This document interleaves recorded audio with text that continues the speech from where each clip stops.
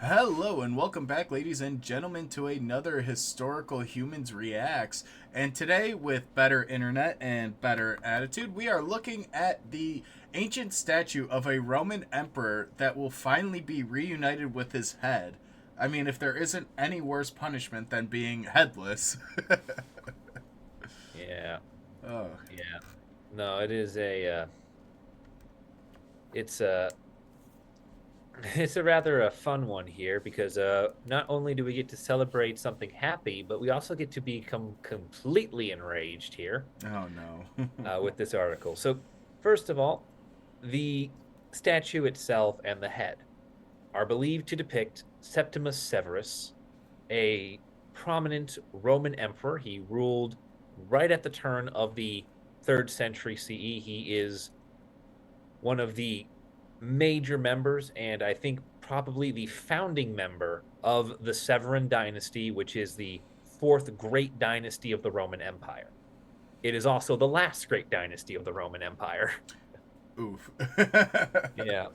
Yeah, yeah, the succession crisis that follows his dynasty is not a fun one, but anyway, uh these statues here, they come from a place called Buban in Turkey. And Buban was a Roman town, and there just so happened to be a shrine there for the cult of the emperor, which, yeah, the Romans worshipped their head of state as a literal god.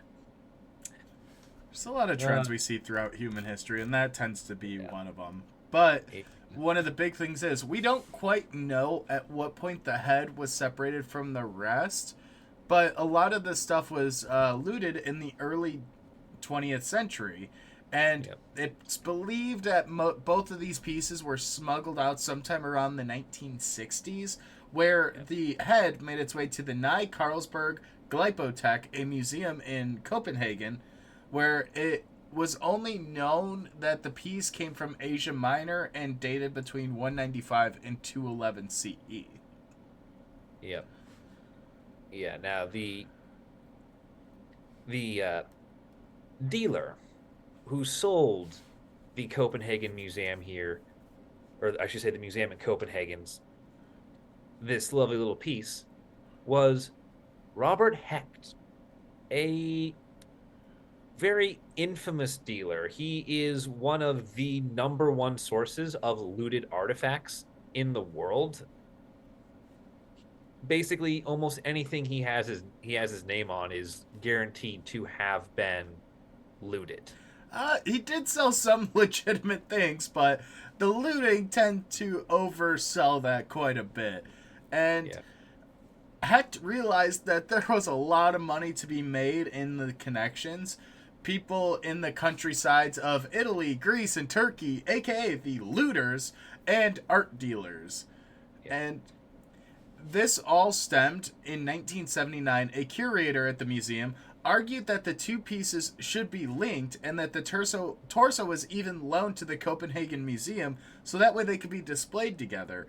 And the torso would eventually end up in a private collection and then eventually made its way to the Metropolitan Museum of Art, which we had also previously talked about their looted acquisitions. yeah. Now it should be noted that the torso made it to the New York Museum. The head made it to Copenhagen, Remained in Copenhagen because they remained in were Copenhagen. together displayed Yeah, for a little bit. yeah, yeah, yeah. The head stayed behind, and only last year were the pieces officially announced and declared to be looted art, and that is why this year they are being returned to Turkey and reunited as a single art piece. And Because this also came after officials in Copenhagen weren't exactly sure. They thought they were pretty positive about 25, 30 years ago, but then last year, the now deceased director of collection, Rune Fredrickson, told the press that they were not as sure as they were a couple of years ago. However, the museum did still launch an investigation, and they eventually did confirm that the items had been looted. And that they should return the items to Turkey. They should repatriate them. Yeah. Yeah, Turkey had been after these pieces for quite a while now. The Turkish government is very interested in having things that are from Turkey being in Turkey, and you can't really blame them. The country is home to a number of major cities. It's been part of many major empires. It had, among other things, the mausoleum of Halicarnassos, I believe, is within Turkey's borders, and that was one of the wonders of the ancient world. So the government there is understandably very protective of any cultural heritage coming out of its soil. And it's very interesting in my mind when you look at the dates and timeframes in which a lot of looting happens. Here, they vaguely gesture it as the early 20th century. However, the modern historian may also realize that that coincides with the fall of the Ottoman Empire. Yeah. Yeah. Turkey from, let's just go broad strokes here, 1920 to 1960 is not in a good way. Its main government for the last, I don't know, 1,000 years 700 almost? years, Yeah. yeah, has just collapsed. It is being puppeted around by various European powers until World War II breaks out, at which point focus is immediately pulled up into Poland and France. And that's where that focus stays in terms of money, attention, aid, and they're just kind of left to figure themselves out. And that's how we get modern Turkey.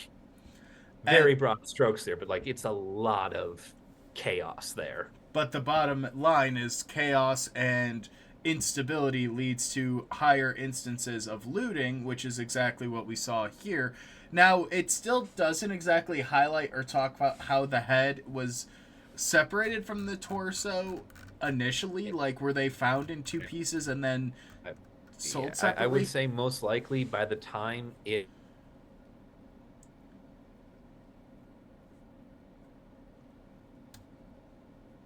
Basically, by the time it got there, it had been separated and torn apart. And now it's interesting too because I'd be curious to see exactly how Turkey is going to eventually display these and put them on on, display. I believe. What was that? It cut out. Yeah, you were gone for a minute. I just kept talking because that's what you said yesterday. Yeah, no, we're good. I picked up where you missed out. To those following at home, we've been having some slight technical Yeah, difficulties, but we're gonna run but with it. yeah, basically, I would say that the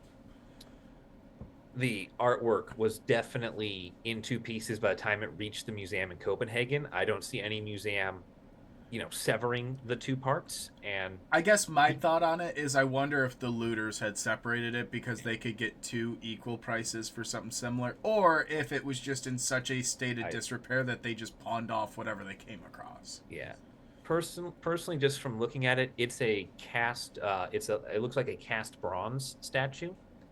Those statues, and with just how jagged it is, those statues would have, if they were knocked over and buried, they could easily break and be punctured depending on how hard they fell when they get pushed under into the rubble.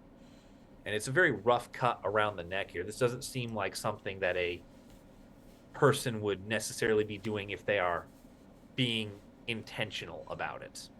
That's a This, fair this is point. this is more of a smash it over, trample it underfoot kind of damage. Well, and Turkey is also in a very heavily seismically active area, so it could Yeah, also have been an earthquake knocked it over, yeah, buried it, and now 2,000 years later, yeah. someone with a shovel was like, "Hey, look at what I found." Yeah, this is a fallen break because these statues, they're bronze, but they're completely hollow. They're like those little chocolate rabbits at Easter. They're very hollow, and so if you just hit it hard enough against something like marble, you can punch a hole clean through them. The block will pop off, so to speak. Yeah, yeah, you can shatter them. And honestly, yeah, natural disaster seems most likely how it ended up like this.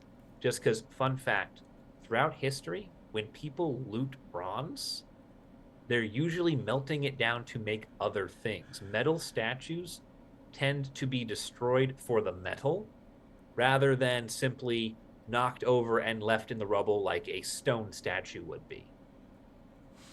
So very interesting, but I think that's actually probably a great point for us to wrap up today. Thank you guys for watching. Let us know what your thoughts are down below, and we'll see you in the next one.